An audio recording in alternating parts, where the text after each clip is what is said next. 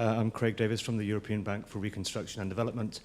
You mentioned that there had been some discussion about exploratory work. You mentioned that there were no common standards emerging as yet, but that there was some evidence that there had been exploratory work in this field.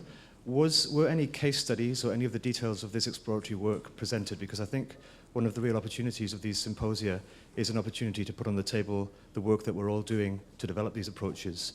So I was wondering if you had done that to any extent in Aalborg. We have, and there were many case studies presented in the different themes.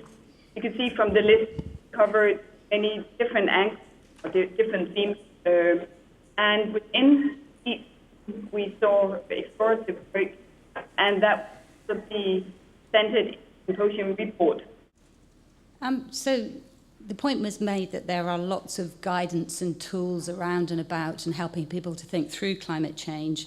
And I agree that there are. I think there are almost too many. But I think that there's a real difficulty to people in taking on board new information just by being given a report to read. It doesn't work. That's not a way of really developing your capacity. So I'm interested to know what was discussed in Denmark about the capacity building elements, the communication, the training elements, and how those were going to be taken forward by IAI and others.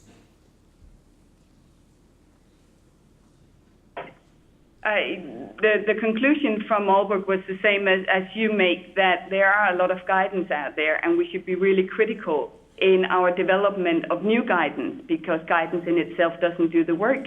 We need other kind of capacity building, and one thing being discussed in Aalborg would be very much the institutional challenge, because who should take ownership of integrating climate change in planning and policy making, because it cuts across all sectors at all levels.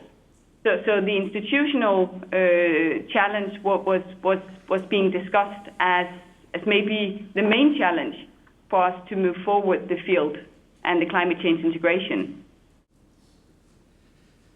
The answer to your last question was about who would take the ownership or leadership in moving the adaptation implementation forward. At the Aalborg meeting, were there discussions or representatives from either the political level or the financial institutions, the people who would ultimately be putting the money forward for many projects where climate change adaptation could be taken into account?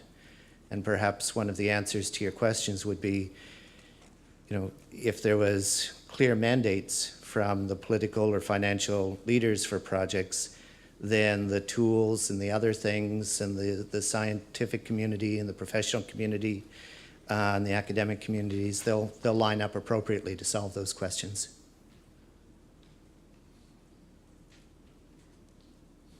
I'll take the question. It's Tim Richardson, member of the organising team. I think one of the discussions was precisely on the point that you've made, and I think there was recognition in several of the different themes that there was a need to engage, especially with the financial community. It wasn't something that was represented at all strongly in the symposium, but it was identified as something which needs to be on the agenda. I think the other issue that was talked about was exactly the relationship between the professional community and the politicians making decisions, and recognition that this is where there is perhaps a critical gap that we need to cross. So again, the politicians were not present.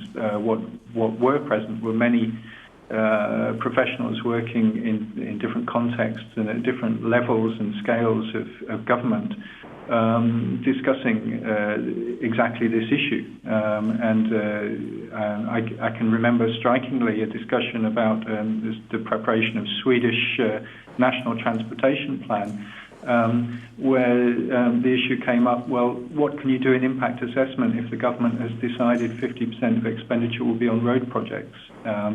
Where the professional community then feels that its hands are rather tied in terms of what can be done. So I think there was a strong recognition of the issue that you raise, and that this is something that we really need to have very firmly on the agenda.